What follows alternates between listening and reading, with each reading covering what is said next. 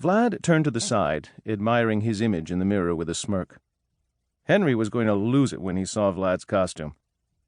They hadn't discussed what they were dressing up as, but the pathetic black nylon cape and plastic fangs that Vlad had picked up at the Stop and Shop last weekend were sure to be the running gag of the evening between them. He brushed his black hair from his eyes and slipped the plastic teeth into his mouth. They fit perfectly over his own fangs, which were protruding slightly, despite his large dinner. Not an hour before, Aunt Nellie had warmed 2 sizable steaks until the blood dripped from the raw meat. He'd restrained himself from picking up the steaks with his bare hands and ripping into them, but only because Aunt Nellie insisted on manners. So, even though it agonized him to do so, he took his time cutting the steaks into medium-sized bites and sucking the juices into his hungry mouth before dropping the dry, tasteless meat onto his plate. He pulled the fake teeth out of his mouth and examined the sharp points of his fangs. "Aunt Nellie, you better get a snack pack ready." "But you just ate," came a lilting voice from the bottom of the stairs. "Oh, well, better safe than sorry, I suppose. What time will Henry be here?" "Any minute." Satisfied with his costume, Vlad turned from the mirror. The old floorboards creaked beneath his sneakers. He kissed his fingers and pressed them to the frame on his dresser.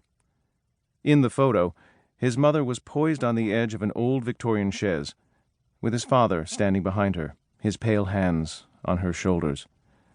They were smiling at the camera, and Vlad found himself smiling back at them.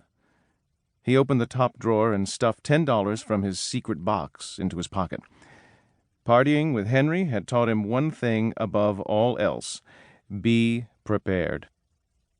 Vlad left his bedroom and made his way down the stairs.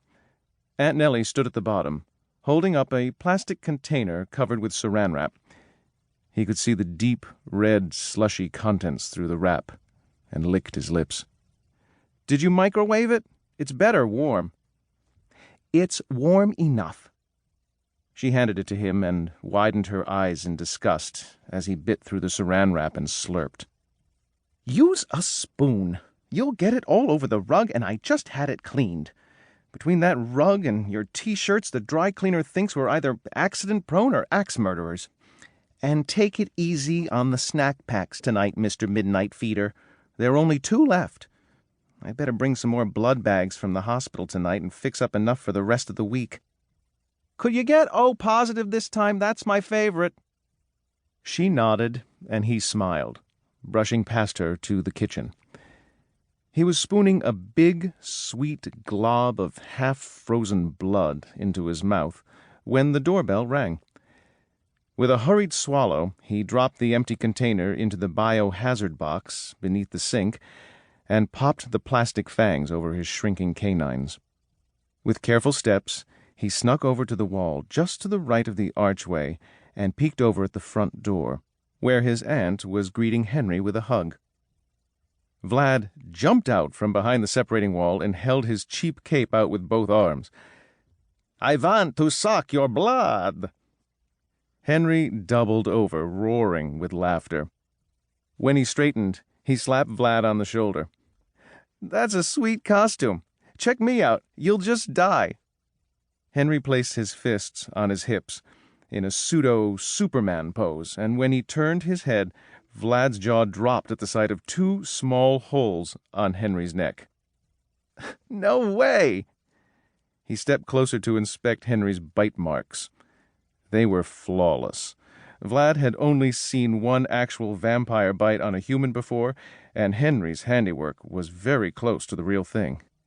"What did you use?" "Silly putty and raspberry jam." "Seedless?"